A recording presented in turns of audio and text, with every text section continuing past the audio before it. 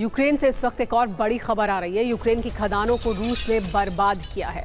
रूस के हमले में ज्यादातर खदानें तबाह हो गई हैं। यूक्रेन की करीब 1,50,000 वर्ग किलोमीटर के एरिया में फैली खदानें तबाह हो गई हैं। यूक्रेन की खदानों के पास अभी भी विस्फोटक मिल रहे हैं। रूस का विनाशक हमला यूक्रेन की खदानों को क्या तबाह कर चुका है? रूसी हमले में यूक्रेन की अधिकांश खदानें तबाह हो गई हैं, यह बताया जा रहा है। 1,42,000 वर्ग किलोमीटर के एरिया की खदानों को नुकसान पहुंचा है। सबसे ज्यादा पूर्वी दक्षिणी यूक्रेन में खदानों पर हमला किया गया है। यूक्रेन की खदानों के आसपास अभी भी मिल रहे हैं विस्फोटक। यूक्रेनी सेना रोज 60 से 70 हेक्टेयर जमीन से विस्फोटक को हटा रही है। यूक्रेन में 4,000 से ज्यादा सैपर खदान से माइंस हटाने में जुटे हुए हैं। तो ट्रंप प्रस्ताव को लेकर ज़ेलेंस्की असमंजस की स्थिति में है। हालांकि जेनेवा के बाद अबू धाबी में सीक्रेट मीटिंग भी हुई, जिसमें अमेरिका, यूक्रेन के अलावा रूस के प्रतिनिधि भी शामिल होने की बात कही जा रही है।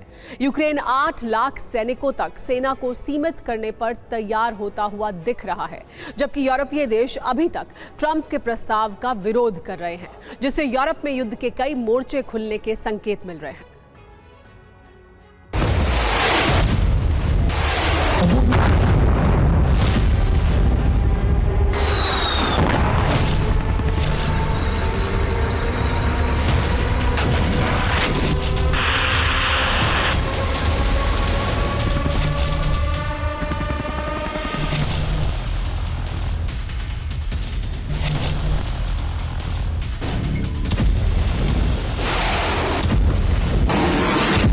ये विध्वंस, ये तबाही काफी नहीं। यूरोप में बारूदी सुनामी अभी बाकी है।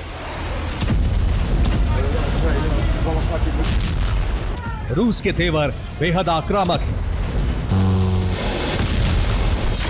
जबकि ज़ेलेंस्की ने भी संकेत दे दिया है कि वो पीछे हटने वाले नहीं हैं।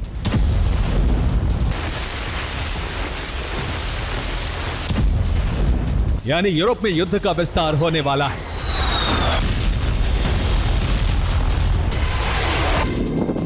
यूक्रेन के अलावा कई और देश भी रूस के टारगेट पर आ गए हैं।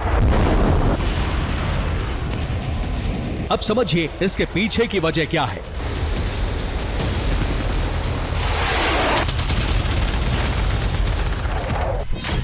पहली वजह है ट्रंप के प्रस्ताव पर यूरोपीय देश असहमत हैं। दूसरी वजह है जेनेवा वार्ता में यूक्रेन ने कई पॉइंट पर एतराज जताया। तीसरी वजह है वार्ता के दौरान भी रूस यूक्रेन में हमले रुके नहीं। चौथी वजह है रूस ने सर्दियों में ज़ेलेंस्की के सरेंडर का प्लान बनाया है। पांचवी वजह है यूरोपीय देश लगातार यूक्रेन को बारूद सप्लाई कर रहे हैं। यानी 3 दिन की वार्ता में भी कोई हल नहीं निकला। उल्टा प्रस्ताव को लेकर यूरोपीय देश नाराज हो गए। कोलिशन ऑफ विलिंग की मीटिंग के बाद यूरोपीय देशों ने ट्रंप पर दबाव बनाना शुरू किया, जिससे ट्रंप प्रस्ताव में कुछ बदलाव करने के लिए तैयार हुए हैं। लेकिन बदलाव कब होंगे, इसके लिए कोई समय सीमा नहीं है। हालांकि प्रस्ताव अब 28 सूत्री की जगह 22 सूत्रीय होगा।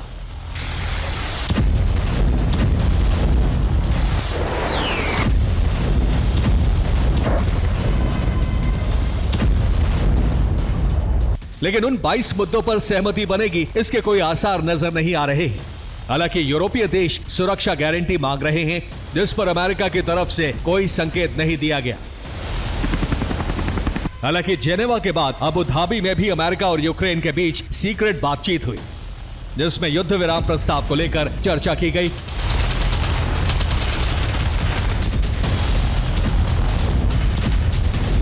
खबर है कि इस मीटिंग में रूस के प्रतिनिधि भी शामिल हुए थे, लेकिन इसकी जानकारी नहीं है कि रूस ने यूक्रेन से सीधी बात की या नहीं।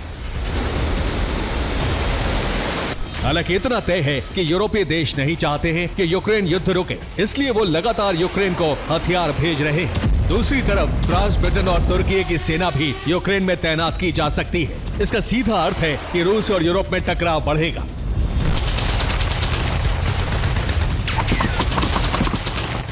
यूरोपीय सैनिकों की यूक्रेन में अगर मौजूदगी हुई तो रूस का बौखलाना तय है।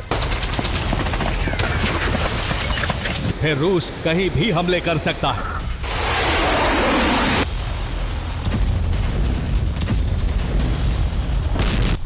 इस बीच जेलेंस्की ने शांति वार्ता को लेकर बयान दिया है। उन्होंने कहा है, प्रस्ताव पर वार्ता सही दिशा में है। मैं जल्द ही वॉशिंगटन जाकर अंतिम निर्णय पर पहुंचने की कोशिश करूंगा।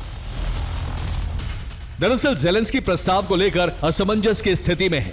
वो अमेरिका और यूरोपीय देशों में से किसी को भी नाराज नहीं करना चाहते हैं, क्योंकि अमेरिका के प्रस्ताव को नहीं मानने से रूस को हमले का ग्रीन सिग्नल मिल जाएगा,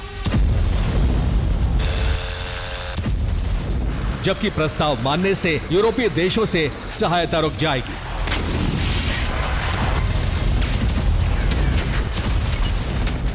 वैसे भी ट्रंप के प्रस्ताव से रूस को ज्यादा फायदा होता दिख रहा है।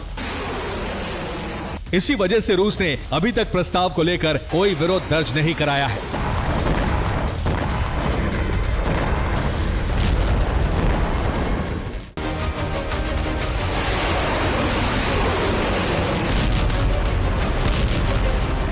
रूस के आक्रामक तेवर देखते हुए ब्रिटेन कभी भी फ्रंट लाइन पर आ सकता है। वो लगातार यूक्रेन को इंटेलिजेंस दे रहा है।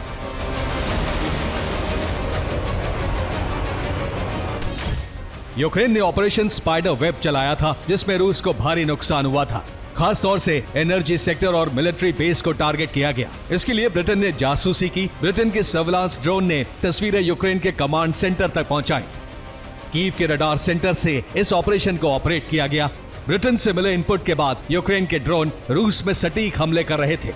4 टारगेट पूरी तरह से ध्वस्त कर दिए। पहला टारगेट बेलाया मिलिट्री बेस, दूसरा टारगेट यागिलेवो मिलिट्री बेस, तीसरा टारगेट ओलेनिया मिलिट्री बेस और चौथा टारगेट इवानोवो मिलिट्री बेस। यहां की सारी जानकारी पहले से ही यूक्रेन के पास थी।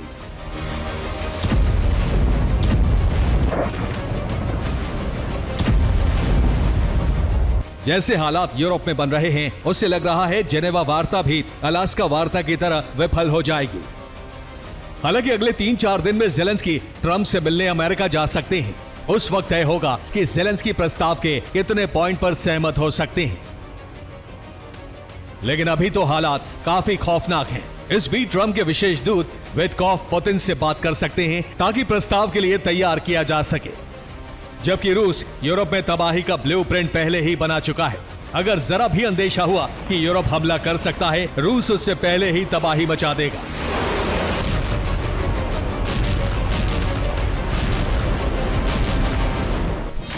यूक्रेन के काउंटर में पुतिन ने यूरोप में न्यूक्लियर तबाही की स्क्रिप्ट तैयार की है, जिसकी शुरुआत बेल्जियम से होगी। बेल्जियम में 3 न्यूक्लियर रिएक्टर हैं, जिनमें से 2 अभी एक्टिव हैं।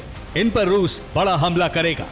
फिनलैंड में मौजूद 3 न्यूक्लियर पावर प्लांट में से 2 काम कर रहे हैं। दोनों पावर प्लांट रूस के हिट लिस्ट में हैं। फ्रांस में कुल 22 एटमी रिएक्टर हैं। इनमें से 10 रिएक्टर बंद हो चुके हैं। बचे हुए 12 रिएक्टर पर पुतिन मिसाइल हमले कर सकते हैं। जर्मनी में काम कर रहे 28 में से 4 एक्टिव न्यूक्लियर प्लांट पर रूस मिसाइल वर्षा कर एटमी सुनामी ला सकता है। पोलैंड के सभी 10 पावर प्लांट पर भी पुतिन हमला कर सकते हैं। स्वीडन के 6 में से 3 एटमी प्लांट चालू हैं। तीनों पर पुतिन इस्कंदर मिसाइल दाग सकते हैं। सबसे बड़ी तबाही ब्रिटेन में आएगी। यहाँ के 22 न्यूक्लियर प्लांट में से 12 एक्टिव हैं। इन सभी पर पुतिन हमला कर सकते हैं। ब्रिटेन के ब्लूप्रिंट को फेल करने के लिए रूस ने सीक्रेटली नया प्लान बनाया है, जिससे युद्ध में भी फ्रंट लाइन पर बना रहे, साथ ही यूरोपीय देशों को भी काउंटर कर सके। लेकिन सबसे विध्वंसकारी कदम है कि रूस अब यूरोपीय देशों में प्रॉक्सी हमले करा सकता है। लेकिन रूस अभी कुछ दिन शांति प्रस्ताव के लिए इंतजार कर सकता है, क्योंकि ट्रंप के प्रस्ताव से पुतिन को लंबा युद्ध लड़े बिना बड़ा फायदा हो सकता है। Bureau report, TV9 Bharatvarsh.